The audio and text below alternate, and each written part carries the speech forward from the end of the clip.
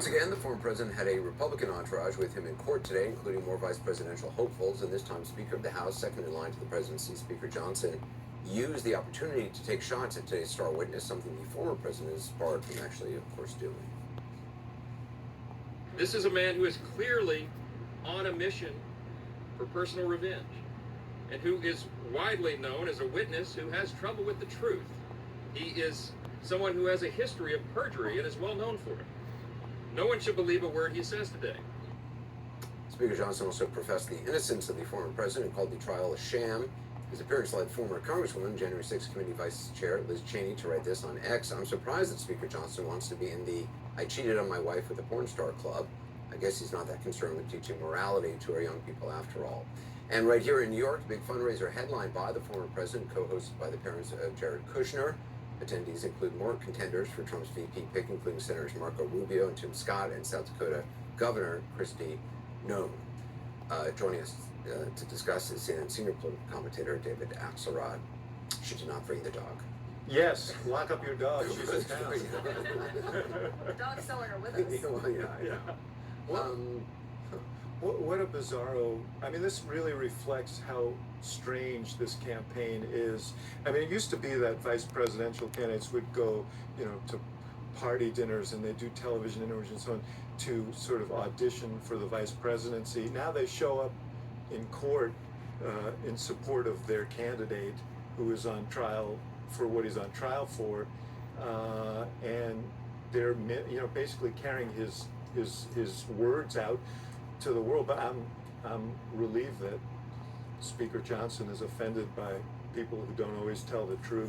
The Trump campaign released a fundraising video that, according to them, was shot inside the courthouse today. Eric Trump appearing in it with Vivek Ramaswamy. Donald Trump himself actually pops up at the end to give a thumbs up. Is that a fundraising appeal from a courthouse?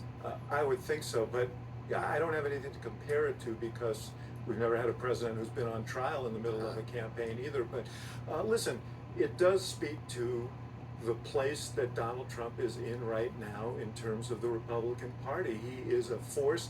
They think he is doing well in this campaign. These guys want to be vice president. That's why they're turning up. It's a command performance in some ways. And for Speaker Johnson, look, Donald Trump basically allowed him to survive. He went down to Mar-a-Lago, he made his peace with Trump, and Trump basically stood down. If he had put his shoulder to the wheel, he could have deposed Johnson when Marjorie Taylor Greene did what Marjorie Taylor Greene did, or certainly made it harder for him. So he is paying back a debt and buying an insurance policy on his future tenure as Speaker of the House. Jeff, do you think people, like jurors, notice who's in the courtroom behind?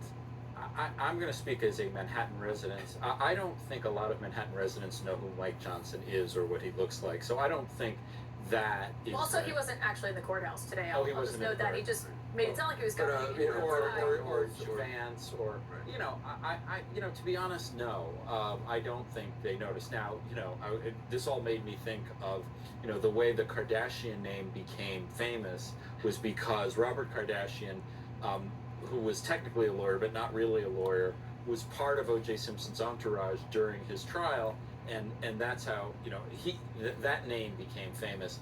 But here, I think this is much more of an inside political game to gain favor with Donald Trump than it is to affect either the jury or even people in Manhattan. It's also, Trump is doing what Trump did before the 2020 election. He is pre-spinning a result. And they are abetting that effort in delivering a message that this is a political trial, that there's no foundation for it, that Michael Cohen is a lying reprobate who's bent on revenge.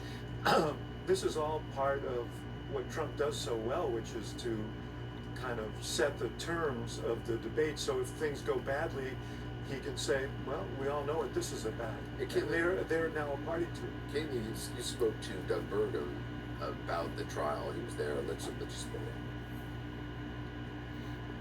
When you've got a judge that donated to Joe Biden, when you've got prosecutors that supported Joe Biden, when you've got the judge's family members that are benefiting financially as Democrat operatives.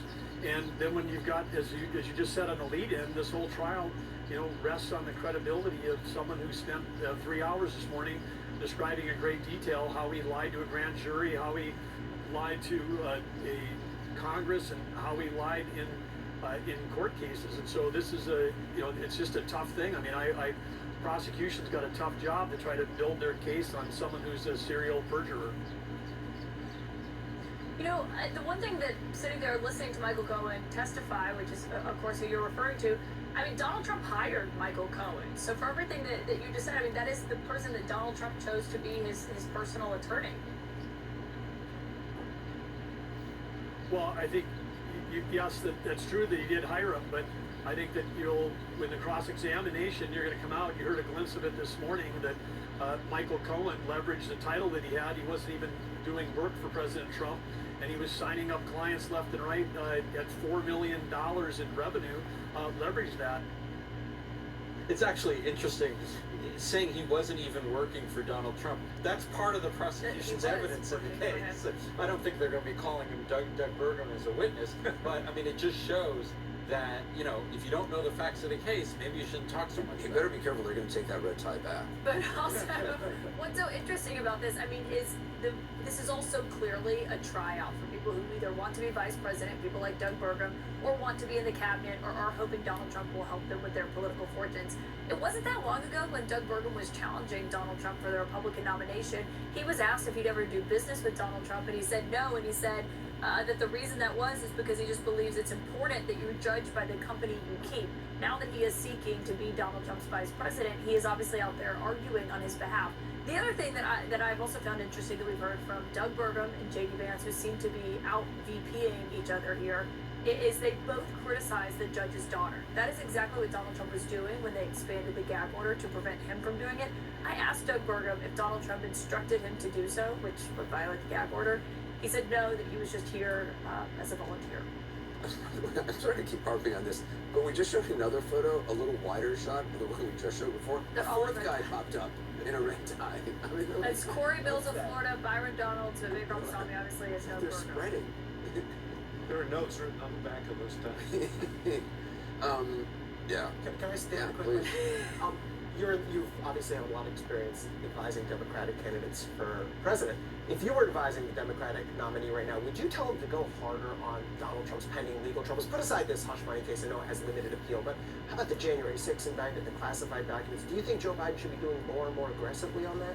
Look, I think that when you look at the people that he needs to get, I think the people who feel strongly about that issue, at least at this juncture, he's getting those people. He may be able to persuade some at the end on this.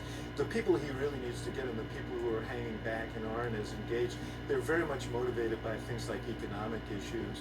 And I think he has to draw a sharp contrast on some of those issues. Now, in some ways, there's a lot of knowledge about this. Well, on that point, the other thing that Doug Burgum did say that I think does resonate with voters when we look at the latest polls from the New York Times and Siena is he said Americans care more about their grocery bills than what's happening in that courtroom behind us. And I mean, that is a point that you don't hear from Donald Trump often when he comes and speaks to the cameras, but it is something that you have heard from a lot of these reports. Oh yeah, listen, I've said from the beginning, if you're sitting around the kitchen table, and I feel strongly about these democracy issues, I think they're very, very important, but if you're sitting around the kitchen table talking about democracy and the future of democracy, probably because you don't have to worry about the cost of the food on your table. If you have to worry about that, it's more likely the thing on your mind. And I think I've said before, I think the president needs to lean into those issues a lot more. He seems more intent on defending his economic performance and getting credit for the good work that he has done in many ways, and not really advocating for people in a tough economy because of the inflation. David Axelrod, good to have you. Thank you.